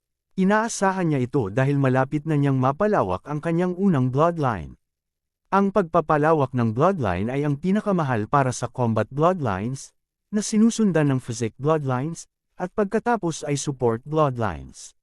Bagamat mga support bloodline lang sila, nakakita siya ng napakagandang support bloodline sa libu-libong divine rank bloodlines. Linya ng Gemini. Ang bloodline na ito ay maaaring magbigay daan sa kanya na paikliin ang isa pang void spirit, na nagpapahintulot sa kanya na magkaroon ng dalawang katangian. Kung makakakuha siya ng twin life fruit, maaari niyang i-condense ang isang clone na may parehong combat power na gaya niya. Ang clone na ito ay mayroon ding dalawang katangian. Gayunpaman, ang lahat ng ito ay para sa ibang pagkakataon. Pag-usapan natin ito pagkatapos niyang ligtas na makarating sa main hall. Sa sandaling ito, biglang ibinaling ni Elder Wu ang kanyang ulo at tinitigan ang walang manggas na kaliwang braso ni Yezuan na nakalantad sa hangin. Sabi niya, Yezuan, kitang-kita kong naputol ang braso mo. Paano ka nakabawi ng ganoon kabilis? Ito ay isang fortuitous encounter na naranasan ko sa nakaraan. Bagamat hindi ko na-condense ang Earth Spirit, ang aking kakayahan sa pagbawi ay kahanga-hanga. Casual na gumawa ng kwento si Yezuan. Akala ko kumain ka ng Twin Life Fruit at Wood Spirit, sabi ni Elder Wu. Kambal na prutas. Nang pumasok ang salitang ito sa tenga ni Yezuan, naging sanhi ito ng matinding panginginig ng kanyang katawan. Hindi ba ang requirement para sa Gemini bloodline na i-condense ang isang avatar ay ang Gemini fruit? Elder Wu, narinig mo na ba ang twin fruits? Nagmamadaling tanong ni Yezuan. Paanong hindi ko narinig ang tungkol dito? Ang kambal na mga prutas ay maaaring magpapahintulot sa isang tao na mag-condense ng pangalawang espiritu. Isipin mo, gaano kaya kalakas ang combat power ng isang tao kung naiintindihan nila ang dalawang profound elements. Tumango si Elder Wu. Tahimik na tumango si Yezuan. Kung naiintindihan niya ang gold defense at pinagsama ito sa tumibok na pulse ng Earth, siya ay magiging isang hindi mapatay na ipis. Ito ay magiging masyadong langit-defying. Elder Wu, alam mo ba kung saan matatagpuan ang twin fruits? Nagmamadaling tanong ni Yezuan. I don't know. The twin fruits is only a legend. Wala pa akong narinig na may nagtataglay ng dalawang espiritu. Ang twin fruits daw ay isang divine item na makikita kahit saan. Kahit nasa isang nayo na kulang sa Yuan Qi at wala man lang spirit 4th stage, ito ay matatagpuan. Umiling si Elder Wu. Agad na lumabo ang ekspresyon ni Yezuan. Sa hitsura nito, ang twin fruits ay napakahirap makuha. Gayunpaman, dahil ang Gemini bloodline ay nagbigay ng pahiwatig, kung gayon ito ay tiyak na umiiral. Sa sandaling ito, iniisip ni Yezuan na mabilis na mag-level up at palawakin ang kanyang bloodline upang sumanib sa Gemini bloodline. Ang Gemini bloodline ay may parehong epekto sa twin fruits. Maaari nitong pahintulutan ng isang tao na paikliin ang pangalawang espiritu. Kung makakakuha siya ng isa pang kambal na prutas, makakapag-condense siya ng isang doppelganger. Sa oras na iyon, ang kanyang kapangyarihan sa pakikipaglaban ay tataas ng husto. Level up, breakthrough. Nanlaki ang mga mata ni Yezuan. Matapos patayin ang tatlong eksperto sa Devil Clan, hindi na nakatagpo sina Yezuan at Elder Wu ng mga eksperto sa Devil Clan. Kailangang sabihin na ang Devil Clan ay masyadong pabaya. 3 lang ang pinadala nila. Kung nagpadala sila ng dalubhasa tulad ng matanda na may puting kilay, ang bangkay ni Yezuan ay tuluyan ng nilamon ng sacred beasts. Nagmadali si Yezuan ng ilang araw at sa wakas ay nakarating sa main hall ng Warlord Palace. Maaaring may balita tungkol sa kanyang ama, si Yechong, dito. Ang main hall ay katulad ng mga sub-hall, ngunit ang laki ay higit sa 10 beses na naiiba. Nakita ni Yezuan ang malaking main hall mula sa malayo. Gayunpaman, may mga sentry tower sa paligid ng main hall. Sa likod ng mga sentry tower, mayroong isang no-fly zone at isang defensive formation. Kailangang maabisuhan ang sinumang gustong pumasok. Sino ka? Sa ibaba ng sentry tower, pinigilan sila ng isang gwardya ng main hall. Napahinto sina Yezuan at Elder Wu sa kanilang landas. Nagmamadaling sinabi ng huli, "Ako si Elder Wu Bo mula sa ika-9 na sub-hall. May malaking krisis sa ika-9 na sub-hall. Nandito ako para magulat." May nangyari rin sa ika-9 na sub-hall. Nagulat ang guard. Ganun din. Nagkatinginan sina Yezuan at Elder Wu. Tila may nangyari rin sa ibang mga sub-hall. Sandali lang. Pumasok ang guard sa sentry tower at pinababa ang isang gold armor squad leader. F***, kahit na ang main hall squad leader ay nasa virtual god realm. Nagulat si Yezuan. Matapos bumaba ang gold armor squad leader, ang kanyang tingin ay bumagsak kay Yezuan at Elder Wu. Sabi niya, token ng pagkakakilanlan. Naunawaan kaagad ni Wu Bo. Kumuha siya ng token sa kanyang universe ring at ibinato iyon. Kinumpirma ito ng Gold Armor Squad Leader at kumuha ng larawan para sa paghahambing. Tama ang identity token at portrait. Ngayon, ay verify namin ang iyong attribute, realm, at ultimacy. Sabi ng Gold Armor Squad Leader. Ganyan na ba kahigpit ang verification ngayon? Itinaas ni Elder Wu ang kanyang kilay at nilaslas ang isang sinag ng sword shi patungo sa langit. Fire attribute, inextinguishable flame, 10% void transformation. Tumango ang Gold Armor Squad Leader. Sa huling pagkakataong dumating si Elder Wu, ang kanyang void transformation level ay wala pang 10%. Ang pagkakaiba ay hindi malaki, kaya walang problema. Kung tutuusin, masisira siya. Token ng pagkakakilanlan, portrait, attribute, realm, at ultimacy. Mayroong 5 antas ng pag-verify. Ang kaharian ng Gold Armor Squad Leader ay mas mataas kaysa kay Elder Wu, kaya makumpirma niya ito. Patawarin mo kami. Kamakailan lamang, ang mga demonyong hayop ay laganap, at lahat ng mga sanga ay napasok na. Ngayon, Elder Wu, pakisuyong lunukan ang tabletang ito. Ang kapitan na nakabaluti ng ginto ay kumuha ng isa pang tableta at itinapon ito kay Elder Wu. Ano ito? Kinuha ni Elder Wu ang brown na tableta at nagtanong ng may pagtataka. Kabanata 608. Palasyo ng Warlord. Ito ay isang transformation pill. Dapat mong ubusin ito sa harap ko. Kung ikaw ay isang shifter, mapipilitan kang mag-transform sa iyong orihinal na anyo. Kahit na ikaw ay half-shifter, agad kang mag-transform into a shifter, sabi ng Golden Armored Captain. So ganyan yan. Tumango si Elder Wu at nilunok ang tableta sa mismong lugar. Matapos maghintay ng halos 5 segundo, itinuon ng Golden Armored Captain ang kanyang atensyon kay Yezuan at nagtanong, maaari mong kumpirmahin ang iyong pagkakakilanlan ngayon. Sino siya? Ito ay isang henyo mula sa ating branch palace. Naunawaan niya ang malalim bago maabot ang rurok ng spirit stage. Nakalusot na siya ngayon sa nihility stage. Ang kanyang kaharian ay mas mataas pa kaysa sa akin, mabilis na pagpapakilala ni Elder Wu. Pagkatapos ng nakaraang labanan, naramdaman din ni Elder Wu ang kaharian ni Yezuan.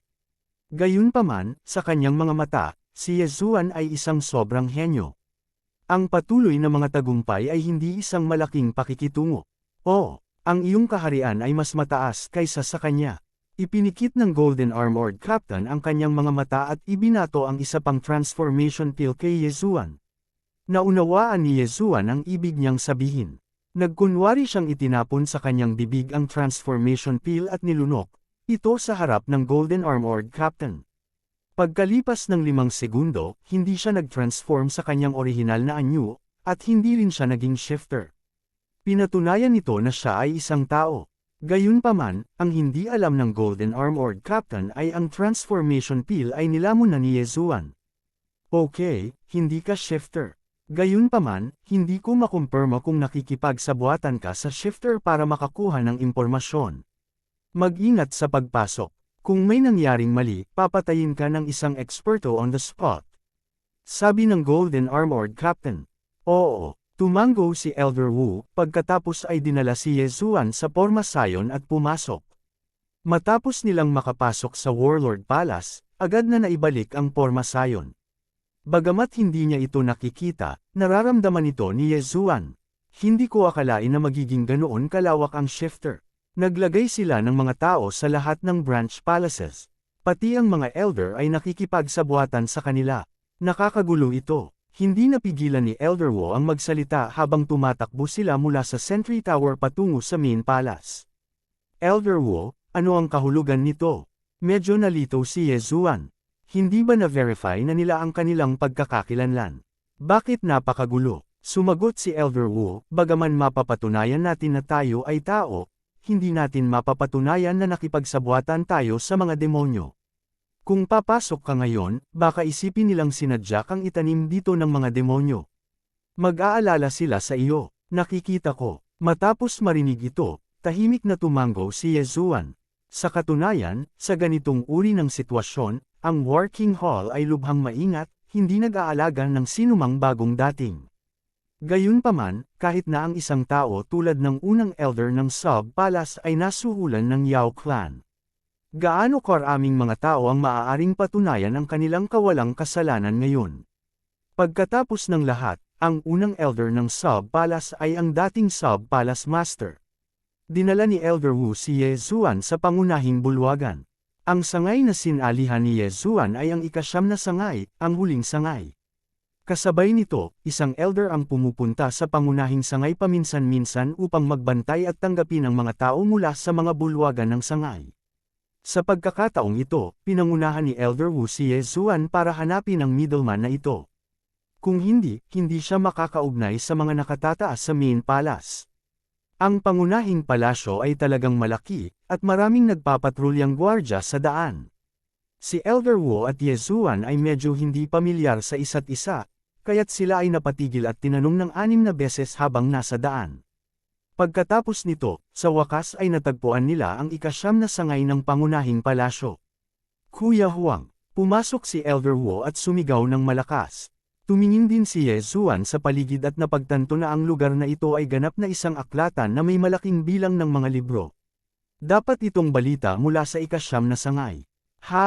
Elder Wu, bakit ka nandito? Ano ang nangyari sa ika-9 na sangay?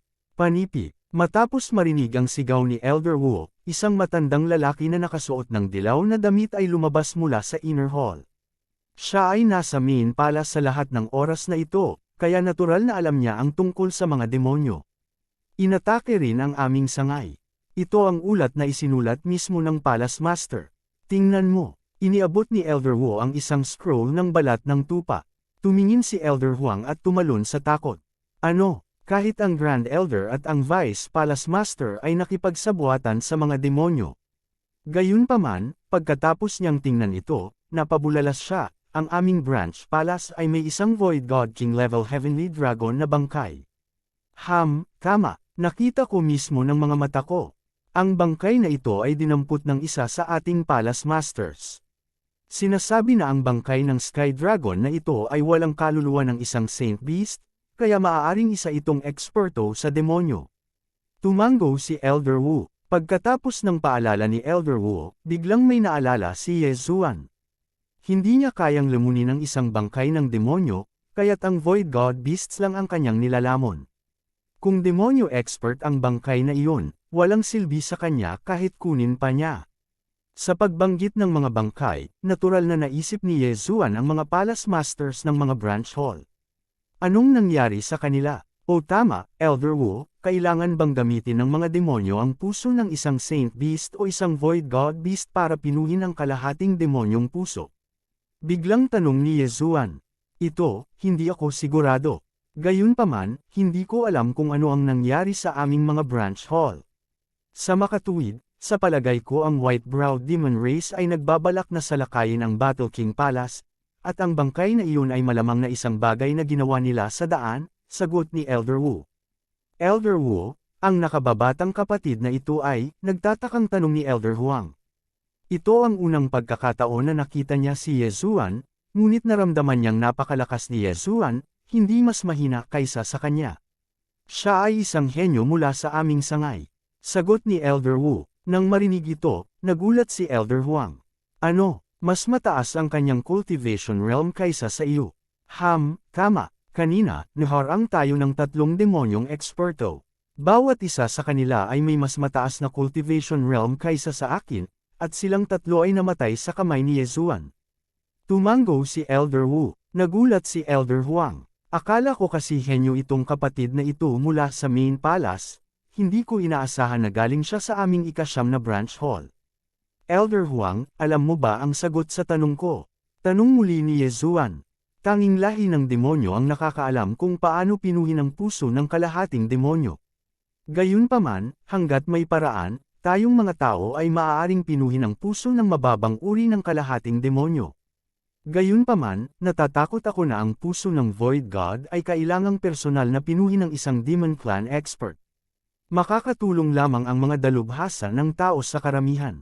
Sa pagkakaalam ko, hindi mapipino ang puso ng half-monster gamit ang puso ng isang patay na Demon Clan expert. Panipi, hindi maaaring pinuhin. Kinaikit ni Yezuan ang kanyang mga mata. Kung hindi ito mapino, ano ang kailangan ng grupo ng mga demonyong eksperto na sumalakay sa ika-9 na branch hall sa Void God Realm King level na puso ng Sky Dragon? Hindi, imposible pa ring matukoy kung ang bangkay ng langit na dragon sa antas ng kaharian ng Void God Realm ay pag-aari ng isang senior ng lahi ng demonyo o isang ordinaryong hayop na Void God Realm. Kung ito ay isang nakatatanda sa lahi ng demonyo, kung gayon hindi ito maaaring gawing puso ng kalahating demonyo. Kung ito ay isang Void God Realm beast, maaari itong gawing puso ng kalahating demonyo. Kahit na hindi ito makakarating sa Void God Realm, magiging napakalakas pa rin ito. Gayunpaman, hindi maaabala si Yezuan na mag-alala ngayon. Kabanata 609. Ice Lady, Flame Emperor. Elder Huang, bilasan mo at iulat ang bagay na ito, hinimok ni Elder Wu. Oo, ipapaalam ko kaagad sa Elder ng main hall. Nagmamadaling tumango si Elder Huang at sinabing, Yezuan, sumunod ka sa akin. Yezuan, sige. Sa iyong kakayahan, tiyak na aalagaan ka ng priority hanggat walang aksidente. Sabi ni Elder Wu.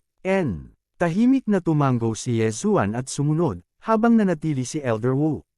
Pagkaalis, hindi maiwasan ni Elder Huang na paalalahanan siya, Yezuan, kailangan mong maging handa sa pag-iisip.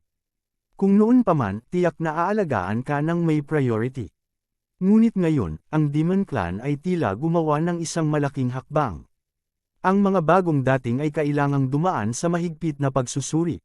Panipi, naiintindihan ko. Tumango si Yezuan. Ngayong nagkakagulo na ang Demon Clan, kahit na hindi siya nakatanggap ng prioridad na pag-aalaga, maaari pa rin siyang lumabas at manghuli ng mag-isa. May henyo din na dumating last month. Isa rin siyang Nihility God Realm Genius. Ngayon, ipinadala na siya para magsagawa ng assessment mission. Kailangan daw niyang pumatay ng 100 miyembro ng Demon Clan na ka-level. Napabuntong hininga si Elder Huang. Ano, 100 Demon Clan na miyembro ng parehong level? Nagulat si Yezuan matapos itong marinig. Naabot niya ang 10% ng Void Transformation Stage, na nangangahulugang kailangan niyang pumatay ng 100 miyembro ng Demon Clan na kapareho ng level. Ito ay masyadong mapanlinlang. It's to show your loyalty. As long as Demon Clan member, ayos din. Nagpatuloy si Elder Huang. Saan tayo makakahanap ng napakaraming miyembro ng Demon Clan? Inilibot ni Yezuan ang kanyang mga mata. Kailangang malaman ng isa na ang bilang ng mga eksperto sa Demon Clan na nakita niya ay 100 lamang o higit pa. Bagamat marami na siyang nakitang kalahating demonyo, ang gusto niya ngayon ay mga kalahating demonyo sa parehong antas. Saan niya sila mahahanap? Huwag kang mag-alala, ang aming ika-9 na branch ang pinakamahina, kaya kakaunti ang mga miyembro ng Demon Clan doon. Kung pupunta ka sa una, pangatlo, at ika-6 na sangay, lilito ang Demon Clan sa mga grupo. Panipi, biglang lamambat ang boses ni Elder Huang habang nagpatuloy siya, ang Beast Tribe ng Yangdo Region ng 6th Branch Palace ay talagang sanhi ng Demon Clan. Ang mga chismis sa labas ay nagsabi na mayroong Void God Beast, ngunit peke iyon. Sa oras na iyon, mayroong higit sa 100 eksperto sa Demon Clan, ngunit sa huli, lahat sila ay pinatay ng aming 2 bagong elder. Panipi, higit sa 100 eksperto sa Demon Clan. Rehiyon ng Yangdo. Panipi, nang marinig ito, naalala ni Yezuan na narinig niya talaga ang bagay na ito sa restaurant. Noong panahong iyon, naisip niya na ang 2 taong ito ay sina Song Suijing at Adjudicator Song. Sa sandaling ito, may naisip siya at sinabing, narinig ko na ito dati. Narinig ko na napigilan ito ng magkapatid na sumali kamakailan sa Battle King Palace. Elder Huang, alam mo ba ang kanilang mga pangalan? Tama, ang 2 matanda na ito ay sumama lang sa Warlord Hall natin. Sila ang mga sikretong sandata ng ating Warlord Hall. Napakataas ng kanilang mga talento, kaya itinago sila ng Hall Master.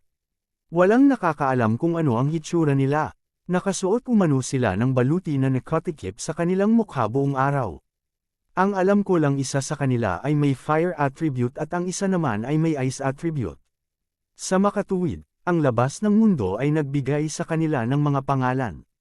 Ang nakababatang kapatid na babae ay tinatawag na Ice Goddess at ang nakatatandang kapatid ay ang Flame Emperor. Walang magawang umiling si Elder Huang.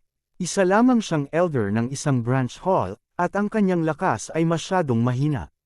Wala siyang qualifications para makilala ang 2 taong iyon. Diyosa ng Yelo, Emperador ng Apoy. Kinaikit ni Yezuan ang kanyang mga mata at sinabing, kung gayon, Elder Huang, alam mo ba kung saan sila nanggaling? Ibinalik daw sila ng Young Hall Master, pero hindi ko alam kung saan sila nanggaling. Muling umiling si Elder Huang. Hindi napigilan ni Yezuan ang paglalakad. Mahigit 1 taon na ang nakalipas mula nang umalis siya. Sa panahong ito, maaaring nag-cultivate ang magkapatid sa Void God Realm.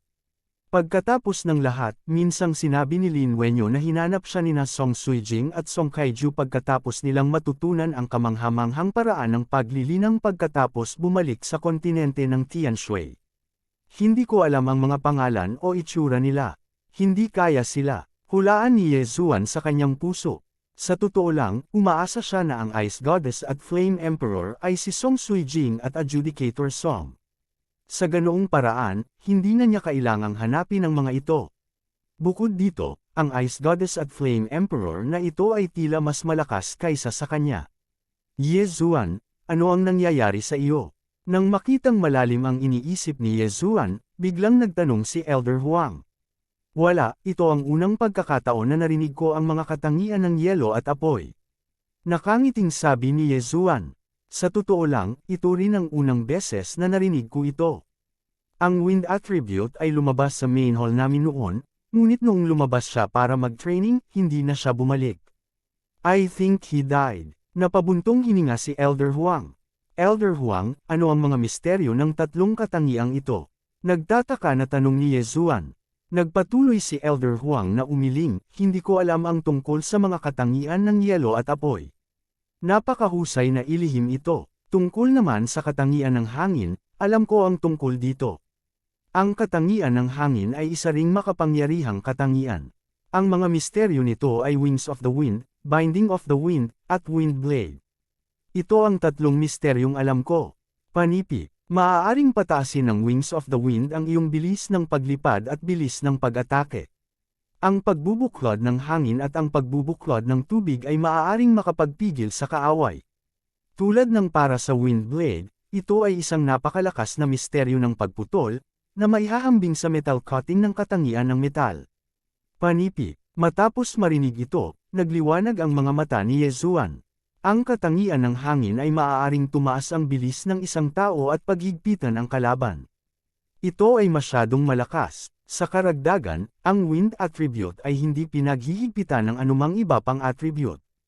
Ito ay itinuturing na independyente. Dagdag ni Elder Huang. Tahimik na tumanggo si Yezuan. Nahulaan na rin niya ito. Maliban sa 5 elemento na pinaghihigpitan, ang iba pang mga katangian ay hindi pinaghihigpitan. Ito ang tunay na lakas ng katangian ng hangin. Matagal nang nasa main hall si Elder Huang, kaya tiyak na mas alam niya kaysa kay Elder Wu. Sa makatuwid, humingi si Yezuan ng karagdagang impormasyon. Hindi nagtagal, pinangunahan ni Elder Huang si Yezuan sa isang tao. Isa itong elder ng main hall. Ang kanyang lakas ay hindi maarok. Tinansya ni Yezuan na ang kanyang virtual spirit ay umabot ng hindi bababa sa 50% virtual spirit transformation. Elder Helian, ito ang dossier na ipinadala ng ating ikasyam na palasyo. Ibinigay ni Elder Huang ang dossier kay Elder Helian. Kahit na ang Elder Helian na ito ay hindi ang pinakamalakas, ang kanyang posisyon ay napakataas. Siya ang namamahala sa maraming bagay sa main hall. Kinuha niya ang dossier at nagbago ang ekspresyon ng mukha niya. May nangyari sa 9th Branch Hall. Ano? Isang Sky Dragon na bangkay ng isang Void God King. Bakit ngayon mo lang ito ni-report? Sigaw ni Kuya Helian. Ito. Ang Hallmaster lang ang may karapatang makaalam, sabi ni Elder Huang na may malungkot na ekspresyon. Damn it! Isang Void God King Fire Attribute ang bangkay ng dragon. Kung dadalhin sa main hall, maaari nitong tumaas ng husto ang perception ng Fire Attribute experts. Nagdilim ang ekspresyon ni Elder Helian. Sa oras na ito, biglang sumabad si Yezuan, nandoon pa rin ang bangkay ng Sky Dragon. Nawalan lang ito ng puso. Tiyak na itinago ng 9th Branch Hallmaster ang Yin at Yang Ring. Kabanata 610. Pagsusuri ng katapatan. Si Yezuan ay ang Black Armored Captain ng 9th Branch Palace. Nakalusot siya kanina at nagsumikap para sa 9th Branch Palace. Kung hindi dahil sa kanya, ang 9th Branch Palace ay nolipol na ng Demon Clan. Nagmamadaling sabi ni Elder Huang. Ang dahilan kung bakit niya ito sinabi ay para patunayan ang pagiging inosente ni Yezuan. Bagamat hindi ito ganap na mapapatunayan, maaari nitong pawiin ang ilan sa mga hinala ni Elder Helian. Oh, so you're saying that he's a meritorious official. Kinaikit ni Elder Helian ang kanyang mga mata at sinabing, kahit na, walang patunay. Dapat ka ring pumunta at tanggapin ang isang misyon na patayin ang mga eksperto ng Demon Clan at ibalik ang kanilang mga bangkay upang patunayan ang iyong kawalang kasalanan. Sa huli, kailangan pang lumabas ni Yezuan at isagawa ang misyon. Yes sir, magalang na tumanggo si Yezuan. Magpapadala din ako kaagad ng mga eksperto para mag-imbestiga. Kung makakahanap talaga sila ng Void God King level Sky Dragon Corps, lahat ay gagantimpalaan. Sabi ni Elder Helian. Kasunod nito, umalis si Elder Huang kasama si Yezuan at nakatanggap ng misyon na patayin ang 100 Demon Clan na eksperto sa parehong antas. Hindi banta sa akin ang mga Demon Clan experts of the same level. Ang kinatatakutan ko ay makaharap ang mga eksperto. Naisip ni Yezuan sa kanyang puso. Sa oras na ito, isang matanda sa pangunahing bulwagan ang nag-abot sa kanya ng isang piraso ng impormasyon. Ito ay isang mapa ng kamakailang pamamahagi ng mga eksperto sa Demon Clan. Punta tayo sa 3rd Branch Palace. Sabi ni Yezuan, maraming eksperto ang Demon Clan sa teritoryo ng 3rd Branch Palace. Nasa Void Transformation Stage ka lang. Sigurado ka bang gusto mong pumunta? Sabi ng matanda. Oo, tumango si Yezuan. Okay, ang iyong cultivation level ay nasa Void Transformation Stage. Kaya kailangan mong ibalik ang 100 eksperto sa Void Transformation Stage. Kahit na ang mga kalahating demonyo ay ayos lang. Hindi gaanong nagsalita ang matanda at direktang inirehistro si Yezuan. Sa oras na ito, biglang nagtanong si Yezuan, kung makapasok ako sa daan, hindi magbabago ang mga kinakailangan, tama ba? Hindi. Napakabilis, natapos ni Yezuan ang pagpaparehistro at umalis. Gayunpaman, pagkaalis niya, biglang bumulong ang elder na namamahala sa pagpaparehistro. Si Gao Zan, na ipinadala ng 7th Branch Palace, ay tila nagpunta rin sa teritoryo ng 3rd Branch Palace. Kung ang dalawang ito ay tapat sa aking working palace, tiyak na sila ay aalagaan. Kung ganoon, ako ang susubok sa batang ito. Biglang lumabas ang isa pang elder mula sa likod ng pinto. Sige, huwag kang madiskubre. Siya lang ang Empty God Realm na henyo na may Earth element sa Warlord Hall natin. Tumango ang matanda na namamahala sa pagpaparehistro. Kung gusto niyang patunayan na hindi siya nakipagsabuatan sa mga demonyo, kailangan niyang pumatay ng 100 demonyo na may parehong antas. Kasabay nito, ang isang matanda ay palihim na nagmamasid kung siya ay nandaya. Masyadong malalim ang pagpasok ng lahi ng demonyo. May mga traidor pa nga sa pangunahing palasyo. Upang makalusot sa isang tao, ano ang pinsala doon sa pagsasakripisyo ng ilang mga demonyo? Pagkatapos ng pagpaparehistro, nagpaalam si Yezuan kina Elder Wu at Elder Huang bago umalis sa Warlord Hall. Ang kanyang destinasyon sa pagkakataong ito ay ang Third Sub-Palace. May malaking nangyari sa Third Sub-Palace. Halos lahat ng nasa Third Sub-Palace ay pinatay. Sa makatuwid, si Yezuan at ang iba pang mga taga-suri ay pumunta upang tumulong. Sa lupa, napakabilis ni Yezuan, kaya hindi na niya kailangang gamitin ang Art of Chi para lumipad. Umasa na lang siya sa mga paa niya sa pagtakbo. Ang aking martial dragon body technique ay umunlad sa 70%. Iniisip ko kung kailan ko matututunan ang earthwalking skill. Napaisip si Yezuan sa kanyang sarili habang nagmamadaling sumabay. Ang earthwalking skill ay maaaring lubos na magpapataas ng kanyang bilis sa pagtakbo. Ito ay lubhang kapaki-pakinabang para sa paglalakbay. Ito ay mas kapaki-pakinabang para sa pakikipaglaban sa lupa. Gustong-gusto ni Yezuan ang bilis. Sa makatuwid, ang lahat ng tatlong pagsulong niya ay nasa liksi. Maaaring talunin ng lakas ang lahat ng taktika. Ang bilis ay ang paraan upang pumunta. Kahit na chopstick lang ito, kung basta-basta itong inihagis ni Yezuan, maaari niyang patayin ang isang sacred beast. Ang pangunahing palasyo ay medyo malayo sa Third Sub-Palace. Kahit na nagmamadali si Yezuan, inabot pa rin siya ng 7 araw. Ngayon, pinagsisisihan niyang hindi niya napili ang Third Sub-Palace. Kung pinili niya ang Third Sub-Palace, natapos niya ang misyon sa loob ng 7 araw. Nabalitaan ko na mayroong higit sa 10 taksil sa Third Sub-Palace. Namatay ang Palace Master sa labanan. Kung ako ay dumating, maaari kong makipagkita sa kanila. Napaisip si Yezuan sa kanyang sarili. Gayunpaman, naramdaman niyang mas mabuting kalimutan na lang ito. Kung tutuusin, wala siyang mapagkakatiwalaan sa ngayon. Baka ang sarili niyang kapamilya ay maaaring makipagsabuatan sa Demon Clan, kaya minabuti niyang lumipat ng mag-isa. Sa karamihan, pupunta siya at magtatanong tungkol sa ilang impormasyon. Gayunpaman, habang si Yezuan ay malalim ang iniisip, isang figure ang lumipad sa itaas niya. Huff, hindi ba marunong mapagod ang batang ito? 7 araw na siyang diretsyo sa kalsada. Ang elder na ito ang namamahala sa palihim na pagtatasa kay Yezuan. 7 araw din siyang lumipad kasama si Yezuan nang hindi nagpapahinga. Sa oras na ito, boom, boom, boom. Biglang, sunod-sunod na malakas na tunog ang nahulog sa tainga ni Yezuan. Itinaas ni Yezuan ang kanyang kilay at sabik na sumugod sa direksyong iyon. Gayunpaman, labis siyang nag-iingat dahil may mga Demon Clan daw na umabot sa 30% hanggang 40%. Nang pumunta siya upang tingnan, natuklasan niya na may 3 Demon Clan na kumukubkob sa isang nasa katanghaliang gulang na lalaki. Ang dahilan kung bakit nakilala sila ni Yezuan ay dahil ang 3 Demon Clan na ito ay kalahating demonyo lamang, at ibang-iba sa mga tao. Nabalitaan ko na may mga taong magbalat kayo bilang tao. Kapag may lumapit para tumulong, bigla silang maglulunsad ng sneak attack. Paalala ni Yezuan sa kanyang sarili sa kanyang puso. Ang 3 kalahating demonyong ito ay lahat ng hindi bababa sa 10% void transformation stage, kaya sila ay maituturing na misyon ni Yezuan. Kinuha niya ang bawang sword at tinawag ang bawang spirit. Pagkatapos, hinawakan niya ang Azure Light Sword at sumugod. Ang bawang spirit ay nabuo mula sa 8 talam ng bawang sword at Yezuan's Earth Attribute Innate Chi. Dala rin ng katawan nito ang 4 na layer ng Earth Pulse. Ang lakas lamang nito ay sapat na para harapin ang 3 kalahating demonyong ito.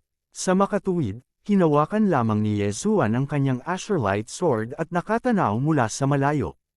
Ano? Nang marinig ng 3 Nihility God Stage na kalahating demonyo ang hangin, nagulat sila. Ano iyon? Isang Nihility God Beast. Sa isang kisap mata, dumating sa harapan nilang 3 ang bawang spirit.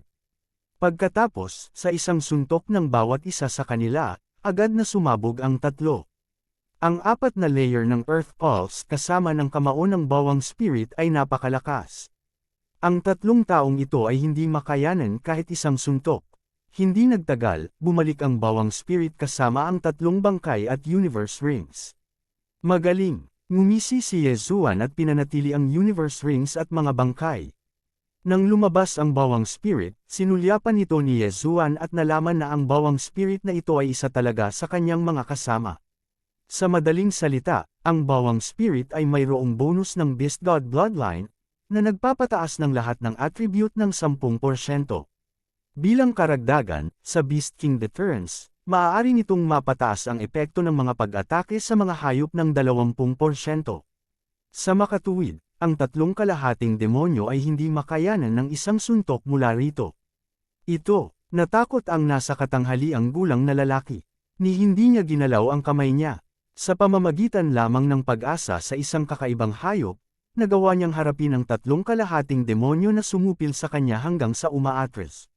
Tiyak na mas malaki ang kanyang lakas kaysa sa kanya. Salamat sa pagligtas sa buhay ko. Nagmamadaling sabi ng medyo may edad na. Galing ka sa Third Palace. Tanong ni Yezuan. Ang nasa katanghaliang gulang na lalaki ay natigilan saglit. Pagkatapos ay tumango, oo, ako ay isang elder ng 3 palasyo. Ikaw ay,